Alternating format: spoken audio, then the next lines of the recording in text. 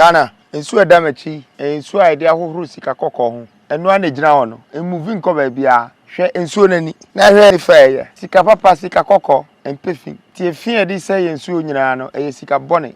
Ene de asay nsuo.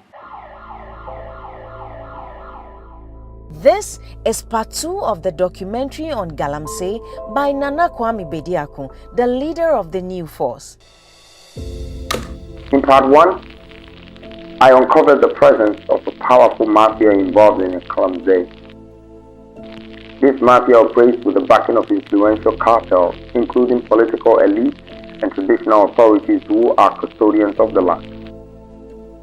It is clear that the government plays a significant role in this system by issuing licenses to small-scale, medium-scale, and large-scale miners. This operation spans different types of mining, ranging from hard rock mining to colluvial mining and alluvial mining. Alluvial mining is particularly devastating to our environment. The cyanide used to extract gold seeps into the soil, contaminating water bodies and posing severe threat to both ecosystems and human health.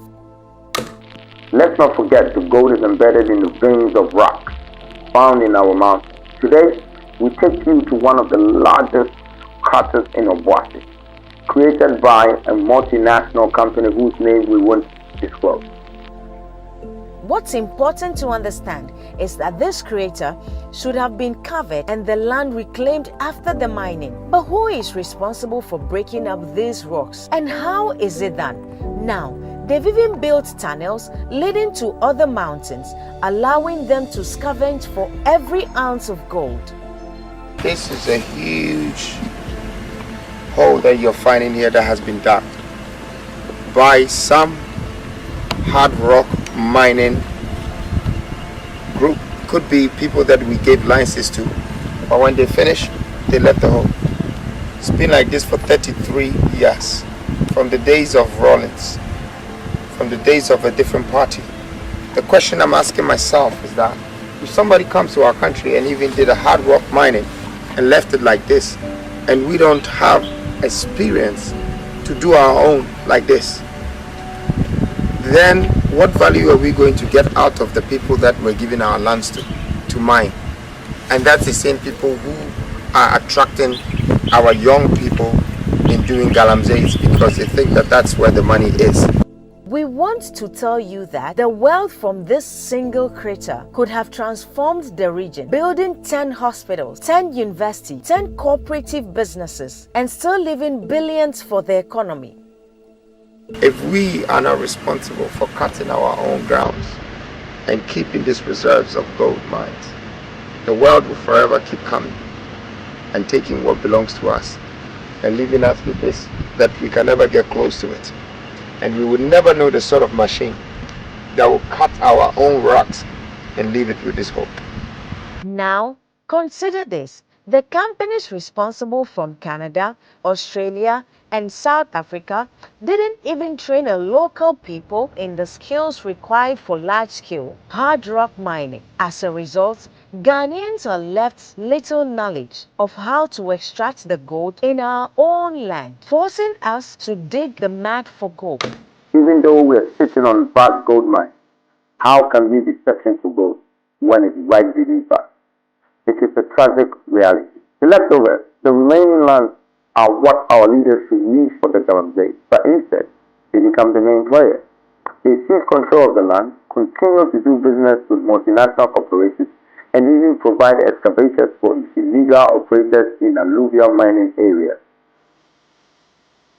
No one in Ghana has ever invested hundreds of millions of dollars to build a large-scale hard rock mining company capable of generating billions in returns. If we had such companies, we would have billionaires in Ghana.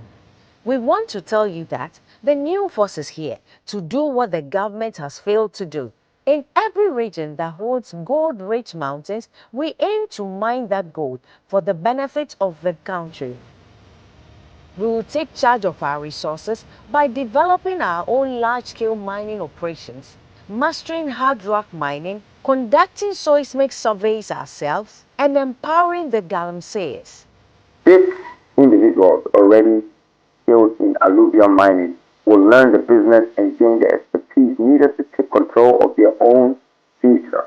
And for the first time in this country's history, we will accumulate tons of gold as national reserve, in line with Pillar 4 of our policy: reserve, reserve, reserve. This reserve will be managed by the National Sovereign Wealth Fund, Pillar 5, which will ensure that we have the resources needed to build plants for alluvial, and hard rock mining. What you see here will no longer be the work of outsiders. For over 300 years, foreigners have come, taken over our land, and barricaded our resources. But that era is coming to an end. We are here to offer a solution, not to incite conflict. We are not asking you to stop what cannot be stopped. Instead, we present a way for us to regain and reclaim the wealth we have lost as part of our heritage. Look at the youth. They are eager to make something of this opportunity, but they don't know how. There are no machines here. Where did the machines go? Where did the miners live? They didn't build homes in this community, yet they extracted billions from this one mountain as part of their concessions. What are we doing to our people? Galamsey is a cartel business controlled by the politicians. The Galamseyers are victims forced to excavate and scavenge the soil. They use toxic chemicals to wash the gravels, searching for tiny grains of gold that ultimately yield little value. This situation leaves many people unemployed and desperate. Our industrialization will transform this nation, reshaping the very foundation upon which it stands. We must not be swayed by our leaders' words, driven as they are by their own political interests. Instead, let's seek solutions that will make our country a better place to live.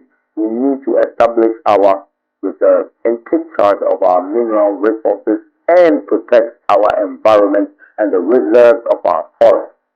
We shouldn't hand them over to others. It's time for us to be responsible stewards of our wealth. If the current politicians hinder our progress, then they must go. Let's vote them out. If multinational companies like Anglo Gold, Ashanti, Newmont, and others who are extracting trillions of dollars worth of gold from this country fail to recognize their role in the destruction of our water bodies, then they need to be a part of the solution. They should be financially supporting and advising us how to purify these water bodies so that our crops can thrive again and our nation is no longer endangered. In 2025, let's partner. The same people who are doing the Galamsey can be the same people that will chip all these rocks with machines and create all these values. And Sikano in free Ghana and cover the and that is the new Ghana. That is the new way that we should do things. Thank you.